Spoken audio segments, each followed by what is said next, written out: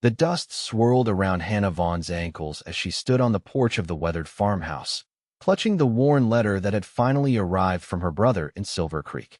3 years a widow at 24, and Daniel couldn't stop reminding her how the life had gone out of her, calling her nothing but dust now in his letters. The year was 1879, and the Arizona Territory offered little comfort to a woman alone. Hannah folded the letter and tucked it into her apron pocket. Her brother's invitation to come live with his family in Silvercreek wasn't born of kindness, it was pity mixed with obligation. Still, what choice did she have? The small plot of land outside Santa Fe that she and John had worked wasn't enough to sustain her anymore. 2 weeks later, Hannah stepped off the stagecoach in Silvercreek, her possessions packed in one trunk and a carpet bag. The mining town bustled with activity, men moving between saloons, shopkeepers hawking their wares, and ladies in fine dresses gliding along the wooden boardwalks. Hannah. Daniel's voice boomed across the dusty street. Her older brother strode toward her, his prosperous belly straining against a waistcoat that spoke of his success as the town's banker. You made it in one piece, I see. She accepted his perfunctory embrace. Hello, Daniel. He stepped back, examining her with narrowed eyes. You're looking, well, about as I expected. Let's get you settled at my place. As they walked, Daniel gestured around the thriving town. Silvercreek's growing fast. The mine's producing well, and there's money to be made for those with sense. Not that you'll need to worry about that. He paused. Sarah's prepared the guest room. You can help with the children and the house. Hannah bit her tongue. She hadn't come all this way to become her brother's servant. Daniel continued, not noticing her silence. We'll need to find you something decent to wear. Can't have you walking around looking like dust. Hannah supplied, her voice sharp. Daniel had the decency to look slightly abashed. I'm just saying life's been hard on you. John's been gone 3 years now. It's time you found your place again. And where might that be, Daniel? As your housekeeper? Before Daniel could respond, a commotion erupted from the saloon across the street. A man came crashing through the swinging doors, followed by another who tackled him into the dirt. The crowd gathered quickly as the two men scuffled. That's Drake Foster, Daniel said with distaste. Cattle driver. Troublemaker. Hannah watched as the tall man with sun-bronzed skin and a shock of dark hair pinned his opponent to the ground. Apologize to the lady, Drake demanded, his voice carrying across the street. The pinned man sputtered something, and Drake hauled him to his feet, dusting him off with exaggerated care before shoving him away. The crowd dispersed, some laughing, others shaking their heads. Drake Foster spotted them watching and tipped his hat with a grin that transformed his rugged face. Hannah quickly looked away, but not before noticing the warmth in his blue eyes. Stay clear of men like that, Daniel warned. He's nothing but trouble, drives cattle, gambles, fights. No place for him in civilized society. Hannah said nothing, but something about the cowboy's easy confidence and sense of justice stirred her interest in a way nothing had since John died. Life in Daniel's house proved as stifling as Hannah had feared. Sarah, Daniel's wife, was pleasant enough, but clearly uncomfortable having another woman in her domain. Their 3 children were well-behaved, but distant with their aunt they'd never met before. A week after her arrival, Hannah sat in the parlor mending clothes while Daniel read the newspaper. I've been thinking, she said, breaking the silence, about finding work in town. Daniel lowered his paper. What kind of work? The general store has a sign posted. They need help. Absolutely not, Daniel said. My sister won't be working in a shop. What would people think? They might think I'm trying to support myself instead of being a burden. Daniel's face reddened. You're not a burden. You're family. But you're still in mourning. It's been 3 years, Daniel. And you're still as lifeless as dust. Have you looked in a mirror lately? The Hannah I knew was full of light. Now you're just existing. His words stung because they held a grain of truth. She had been merely existing since John died of fever. But she wasn't dust, there was still fire inside her. Banked perhaps, but not extinguished. The next morning, Hannah walked into Pearson's general store without telling Daniel. Mr. Pearson, a kindly older man with spectacles perched on his nose, was delighted when she inquired about the position. You can start tomorrow if you'd like, Mrs. Vaughn. 8 until 5, with Sundays off. The pay's not much, but it's honest work. Hannah felt a flutter of excitement, her first in years. Thank you, Mr. Pearson. I'll be here." As she turned to leave, she nearly collided with a broad chest. Strong hands steadied her shoulders, and she looked up into the amused blue eyes of Drake Foster. "Careful there, madam," he said, his voice deep and pleasant. "I'm sorry," Hannah murmured, stepping back. "No harm done." He studied her face. "You're Daniel Finnan's sister, aren't you? Saw you arrive last week." "Yes, Hannah Vaughn." "Drake Foster." He extended his hand, and after a moment's hesitation, she shook it. His palm was rough with calluses, warm against her skin. "I know who you are, Mr. Foster. My brother warned me about you." Drake laughed, the sound rich and genuine. "I bet he did. Bankers and cowboys rarely see eye to eye on much." "Are you here to buy something, or just to block the doorway?" she asked, surprised at her own boldness. His grin widened. "Both, apparently. But I'll let you pass." He stepped aside with a flourish, and Hannah walked out, feeling his eyes follow her. For the first time in years, she was acutely aware of herself as a woman. When Hannah returned home and announced she'd taken the job, Daniel was furious. "You went behind my back. This is embarrassing for the family. A Fenton, working as a shopgirl. I'm a Vaughn, Daniel, and I need something of my own. You need to remember your place." "My place?" Hannah's temper flared. "Is that what you think of me? That I'm just some dusty remnant of a woman who should be grateful for whatever scraps of life you allow me?" Daniel's expression softened slightly. "I didn't mean it like that. I just want what's best for you." "Then let me decide what that is." The next morning, Hannah began work at Pearson's. The days that followed brought a routine that felt like her own.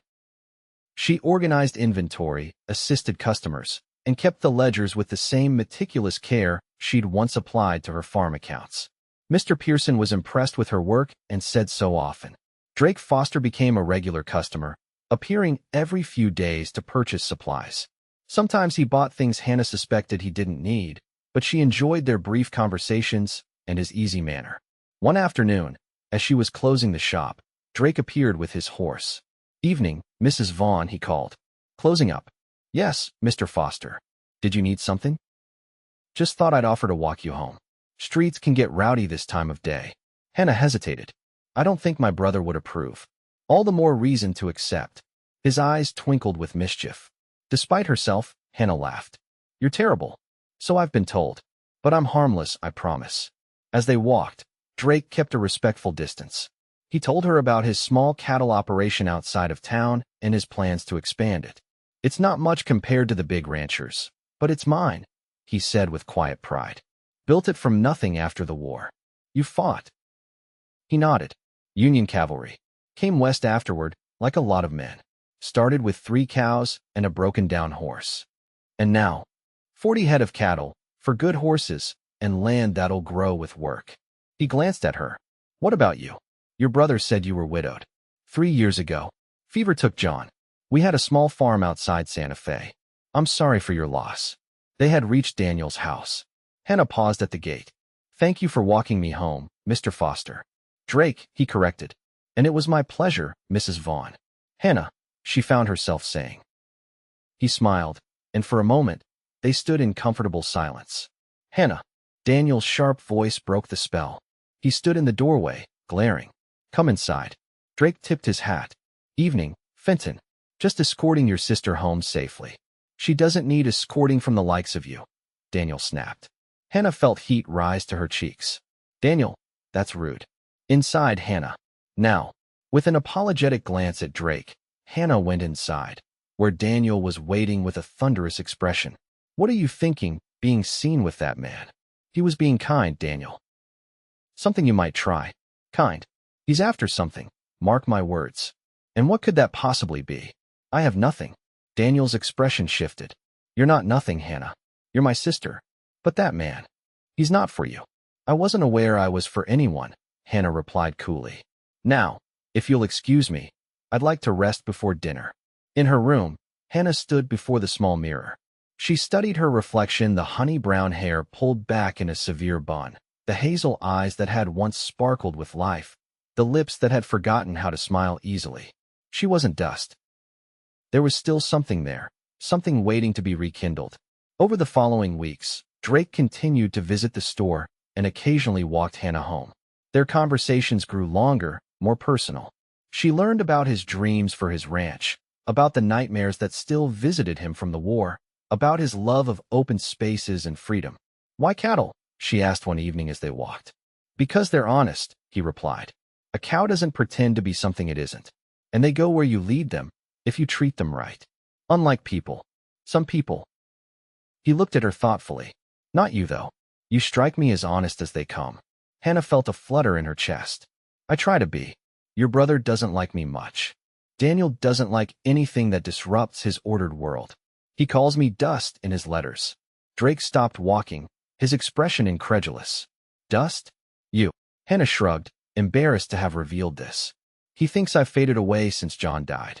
Drake shook his head slowly. "Then he's blind. There's nothing faded about you, Hannah Vaughn. You're as bright as sunrise to anyone with eyes to see." Their gazes held, and Hannah felt something shift between them, a recognition, a possibility. The town's harvest festival arrived in October, bringing music, dancing, and a rare sense of community celebration. Hannah helped decorate the town square, enjoying the change from her routine at the store. When evening came, lanterns lit the square, and a small band played lively tunes. Hannah stood with Sarah, watching the dancers. "You should dance," Sarah said unexpectedly. "It would do you good." Before Hannah could respond, Drake appeared before them, looking uncharacteristically formal in a clean shirt and vest. "Mrs. Fenton," he greeted Sarah with a tip of his hat.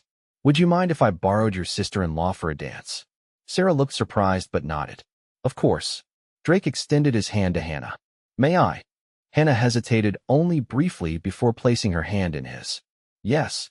As he led her to the dancing area, she noticed Daniel watching with disapproval from across the square, but for once, she didn't care. Drake's hand was warm at her waist as they joined the other couples. "I should warn you," he said with a smile. "I'm not the most graceful dancer." "That's all right. I'm rather out of practice myself." But they moved well together, finding a rhythm that felt natural. Hannah couldn't remember the last time she'd danced, the last time she'd felt so light. "You're smiling," Drake observed. "It suits you." Hannah realized he was right. Her cheeks almost ached with the unfamiliar movement. "I suppose I am. Your brother's watching us like I might steal you away at any moment. Would you?" The words slipped out before she could stop them. Drake's eyes darkened slightly. "In a heartbeat, if you wanted me to." The music ended, and they stood still while couples around them changed partners or left the floor. Daniel was making his way toward them with purpose. "I should go," Hannah said reluctantly. Drake held her hand a moment longer. "Meet me tomorrow? By the creek outside town? Just to talk." Hannah knew she should refuse. It wasn't proper. But the thought of not seeing him, of going back to the gray existence in Daniel's house, was suddenly unbearable. After church, she agreed. "I'll say I'm going for a walk." Daniel reached them, his smile tight. "I believe this dance is mine, sister." As he led her away, Daniel hissed. "What are you doing, Hannah? The whole town is talking. Let them talk." "I was dancing, Daniel. Just dancing. With Drake Foster. Don't you care about your reputation?" "My reputation?" Hannah laughed softly. "I'm a widow who works in a general store. I don't think I have much of a reputation to protect. You're making a fool of yourself. And of me." Hannah stopped dancing and stepped back. "I'm going home, Daniel. Please make my excuses to Sarah." The next day, after church services, Hannah changed into a simple dress and told Sarah she needed fresh air. She walked through town and followed the path to the creek, her heart beating faster with each step. Drake was waiting, sitting on a fallen log, tossing pebbles into the water. He stood when he saw her, and the smile that lit his face made her breath catch. "I wasn't sure you'd come," he admitted. "Neither was I," Hannah replied honestly. They walked along the creek, talking easily. Drake told her about his childhood in Pennsylvania, about his father who'd been a blacksmith, about learning to ride almost before he could walk. "What about you?" he asked. "What was little Hannah like?" She smiled at the thought. "Stubborn. Always following Daniel around, trying to do everything he did. Our parents died when I was 12, influenza. Daniel raised me after that. That explains a lot." "What do you mean? Why you let him talk to you the way he does? Why you feel you owe him?" Hannah considered this. "I do owe him. But you're right, I've let him decide too much of my life." They reached a clearing where wildflowers still bloomed despite the approaching winter. Drake stopped and turned to her. "Hannah, I need to say something, and I'm not good with words, so I'll just say it plain. I'm falling in love with you. Hannah's heart seemed to stop. Drake, I know it's too soon. I know you're still carrying your husband in your heart. I know your brother would sooner shoot me than see us together. But I can't help how I feel. Hannah looked at this man, this good, honest man who saw her not as dust, but as something precious. I don't know what to say, she admitted. You don't have to say anything. Just know that whenever you're ready, if you're ever ready, I'll be here. He reached out slowly and touched her cheek, his fingers gentle against her skin. Hannah closed her eyes, leaning slightly into his touch. You're not dust, Hannah, he whispered. You're pure gold to me. The words broke something inside her, a dam holding back all the emotions she'd suppressed since John died. Tears slipped down her cheeks. Drake pulled her gently into his arms, and Hannah let herself be held, breathing in the scent of him, leather and soap and open air. I'm scared, she confessed against his chest. I never thought I'd feel this way again. I know. His voice was rough with emotion. We can take all the time you need. When Hannah returned to Daniel's house that afternoon, her brother was waiting. Where have you been? He demanded. Walking, as I said I would be. With Foster. Hannah met his gaze steadily. Yes. Daniel paced the parlor. This has to stop, Hannah. I won't have my sister consorting with a man like that. A man like what, exactly? Honest? Hardworking? Kind? He's beneath you. Hannah laughed incredulously. Beneath me? The dusty widow? Make up your mind, Daniel. You know what I mean. He's not stable. He drives cattle. He has no position in society. He owns land. He's building something. And he sees me, really sees me. Daniel stopped pacing, his expression softening slightly. Hannah, I'm trying to protect you. From what? From being happy again. From being hurt. From making a mistake you'll regret. Hannah shook her head. The only mistake I'd regret is letting you decide my life for me. The argument ended in a stalemate, but Hannah knew something had changed. She couldn't go back to being the fated, obedient sister Daniel wanted. Winter arrived early that year, bringing bitter cold and heavy snow. Work at the store slowed as people ventured out less frequently. Hannah hadn't seen Drake in over a week, and she worried about how he was faring on his ranch in such conditions. Then one morning, he appeared at the store, his coat covered in snow, his face drawn with exhaustion. Drake, are you all right? Been better, he admitted. Lost some cattle in the storm. Been out trying to save the rest. He leaned heavily against the counter. Just need some supplies, then I'll head back. Hannah could see he was near collapse. You need rest first. There's a room above the store Mr. Pearson lets me use it for lunch. You can rest there. Drake looked like he might argue, but then nodded gratefully.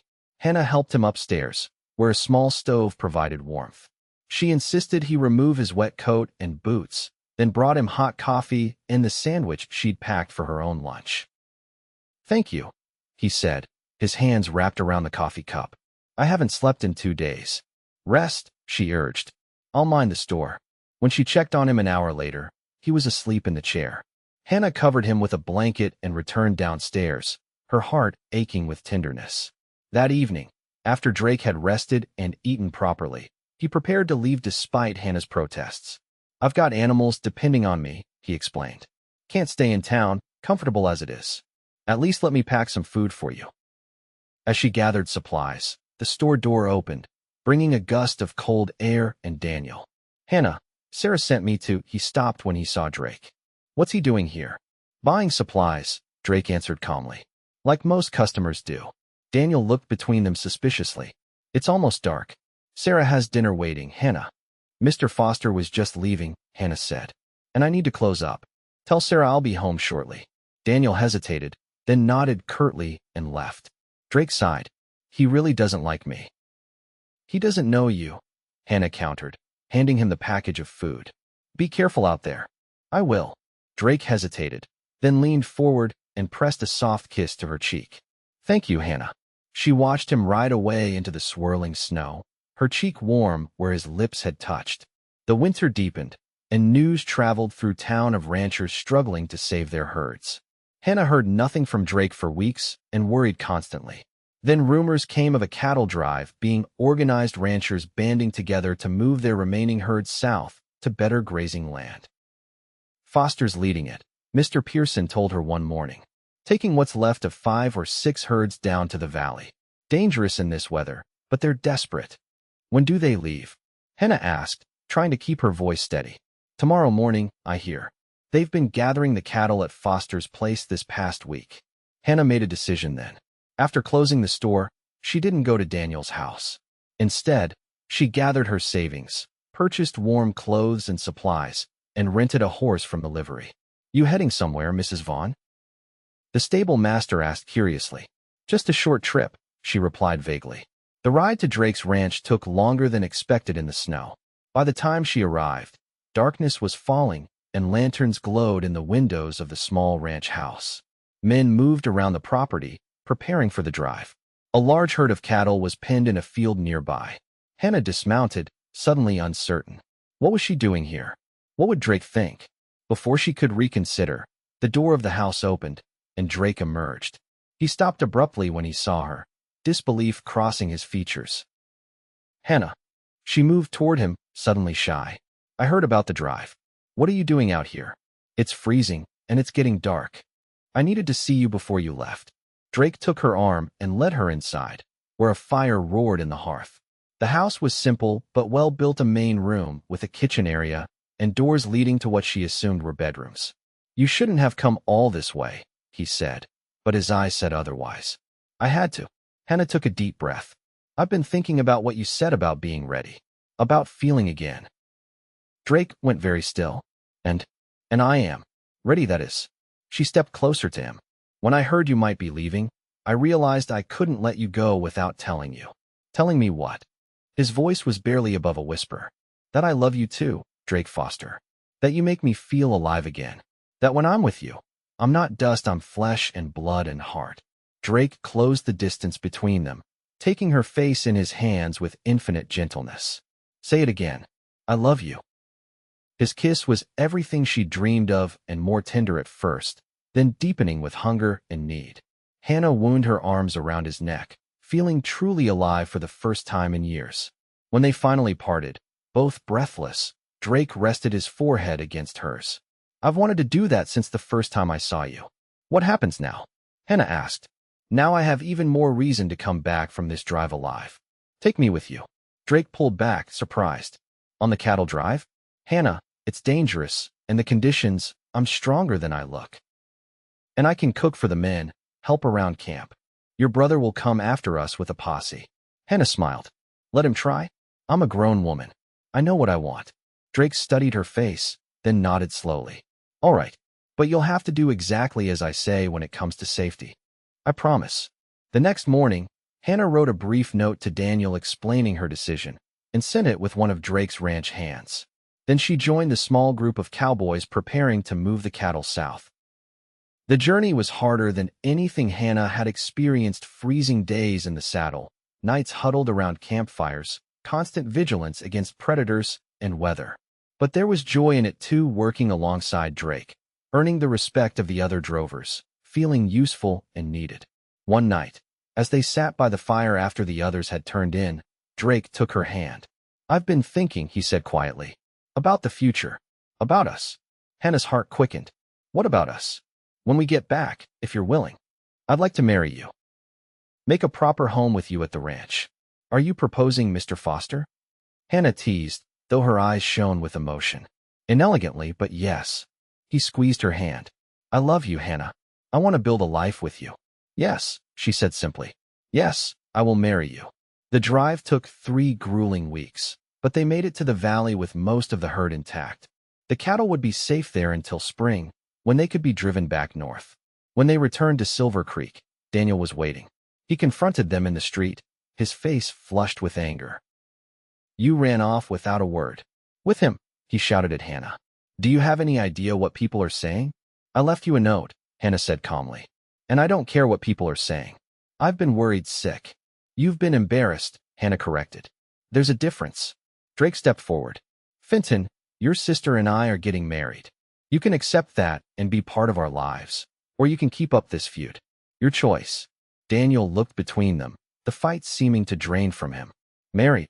Yes, Hannah confirmed. I love him, Daniel. He makes me happy. Daniel was silent for a long moment, then sighed heavily. You're really sure about this? More sure than I've been about anything in a very long time.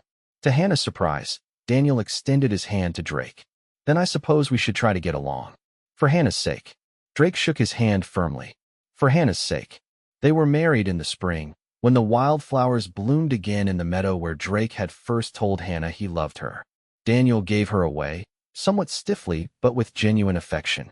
Sarah had helped Hannah sew a simple but beautiful wedding dress, and Mr. Pearson closed the store for the day so everyone could attend. After the ceremony, as guests celebrated around them, Drake led Hannah away for a moment of privacy. Happy? He asked, his arms around her waist. Very, she assured him, reaching up to touch his face. Who would have thought when I arrived here last year that I'd find everything I never knew I was looking for? Not your brother, that's for certain. Drake chuckled. He still looks at me sometimes like he's trying to figure out what you see in me. He called me sister today, not dust, Hannah said. I think that's progress. You were never dust, Hannah. Not to me. I know. She smiled up at him. To you, I'm pure gold. And don't you forget it, Mrs. Foster. As the sun set over their new life together, Hannah thought about the journey that had brought her here from grief and emptiness to love and purpose. She wasn't the same woman who had stepped off that stagecoach, uncertain and faded. That woman had been reborn, like the land after winter, into something stronger and more vibrant than before.